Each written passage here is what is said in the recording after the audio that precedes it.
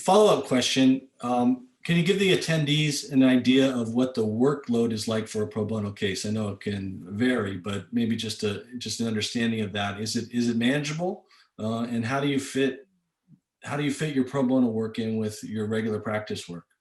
Yeah, I think it's manageable, and I think we can fit it in. I think that um, it depends upon the case and the assignment. As you mentioned, some assignments are more limited scope. A settlement assignment is easier. You get up to speed and brief it, meet with your client, or maybe you do discovery. We've had a number of full scope representations, and it's like any other case in the sense that you need to do everything.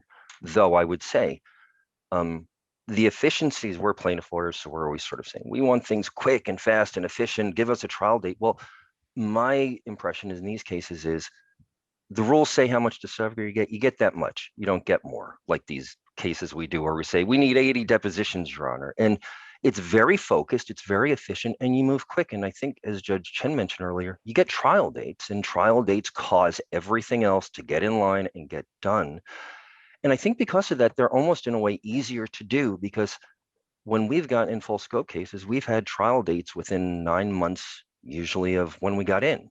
So you just, roll your sleeves up and get to work. But, I guess my sense, and Chris is a testament to it, is you do a few depositions and you start being good at it, right? And it gets easier. And that's one of the great things about it too. The more you do it, the easier it gets to do it. Now, I will say there's a learning curve. I didn't do employment law before I started doing these. So that part you have to learn, but it's learnable.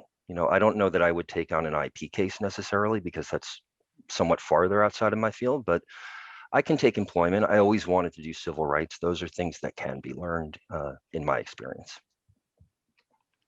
And just to echo Steve, it's very, very manageable. I mean, a lot of it's organization, but we do that in our regular day practice. You know, I look when taking the depositions, I prepared as if for any other deposition for any other case. Look over all the evidence, put together put together your deposition kit, and then run in there, take the deposition. Have your second chair with you.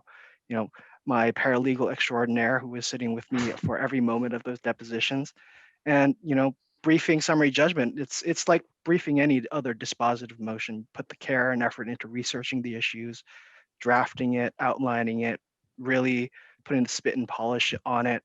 And there absolutely was a learning curve, because we're antitrust lawyers. We don't regularly do 1983 or Bivens type litigation. And I hadn't really engaged in qualified immunity since law school, which I realized might not be as I'm not as far removed as others on this panel, but still it feels like an eternity ago.